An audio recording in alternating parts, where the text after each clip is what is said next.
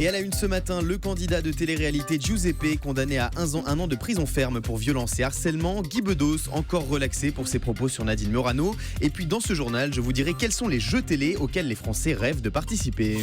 On commence donc avec le candidat de télé-réalité Giuseppe, condamné à 1 an de prison ferme pour violence et harcèlement. Giuseppe Polimeno, ancienne vedette de la télé-réalité de TF1 Qui veut épouser mon fils, a été condamné lundi par le tribunal correctionnel de Grasse à 2 ans d'emprisonnement, dont 1 an ferme pour violence et harcèlement envers son ex-compagne et une autre femme. Inda, la mère de l'un de ses enfants, avait porté plainte en décrivant l'enfer qu'elle a vécu pendant 2 ans. Elle expliquait notamment avoir perdu son emploi dans une boutique de luxe cannoise à cause de Giuseppe. L'homme âgé de 44 ans venait régulièrement l'insulter sur son lieu de travail. Guy Bedos, relaxé nouvelle fois pour ses propos sur Nadine Morano. Nouvel épisode dans le feuilleton judiciaire opposant Guy Bedos à Nadine Morano. L'humoriste était poursuivi pour avoir traité l'ancienne ministre de conne dans son spectacle. En première instance, le tribunal avait jugé que le comédien était resté dans la loi du genre en tant que comique et qu'il n'avait pas dépassé ses outrances habituelles. Le parquet avait alors fait appel de cette décision de relax. Une condamnation avait alors été requise contre Guy Bedos, alors qu'aucun des 2 protagonistes de ce conflit ne s'était déplacé à Nancy pour le prononcer du jugement. Une affaire portée devant la cour d'appel de Nancy qui a confirmé hier la relaxe accordée en première instance à Guy Bedos.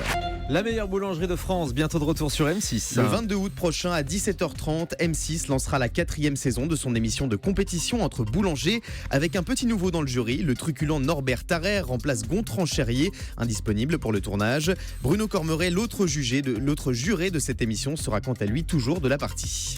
D'autres chaînes lanceront leurs nouvelles émissions ce jour-là, le lundi 22 août, notamment Énergie 12. Oui, avec le Mad Mag, l'émission déjantée présentée par Martial Bétirac qui fera son retour à l'antenne en même temps que La Revanche des Ex, la nouvelle télé-réalité de la chaîne présentée par l'ancienne candidate des Anges Amélie Netten.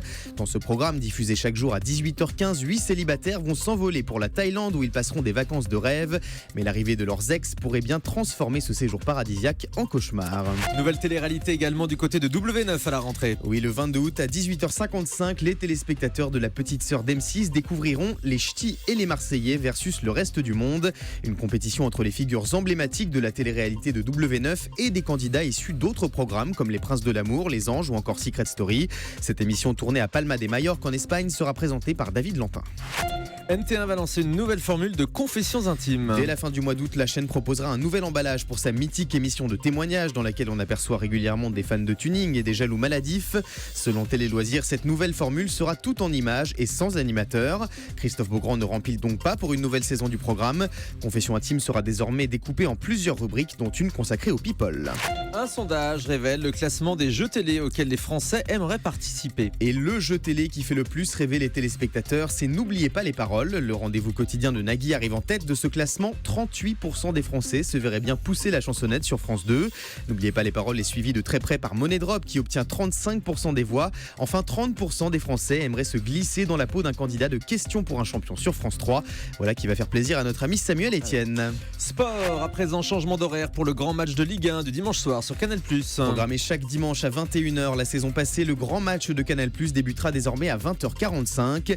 La Ligue nationale de football souhaite donner une meilleure lisibilité et un horaire plus favorable à l'exploitation des stades. Cette décision est loin de ravir la chaîne cryptée. La direction générale de Canal+ avait récemment fait part de son envie de garder l'horaire habituel de la rencontre du dimanche soir. Avec ce nouvel horaire, Canal+ sera contrainte de raccourcir son Canal Football Club diffusé avant chaque rencontre. Et on termine maintenant avec le chiffre du jour. 5, comme les 5 épisodes inédits de Petit Meurtre d'Agatha Christie diffusés sur France 2 chaque vendredi soir à partir du 26 août. Le premier épisode de la 2e saison du feuilleton porté par Samuel Labarthe racontera le kidnapping du petit Bruno, riche héritier d'une romancière à succès.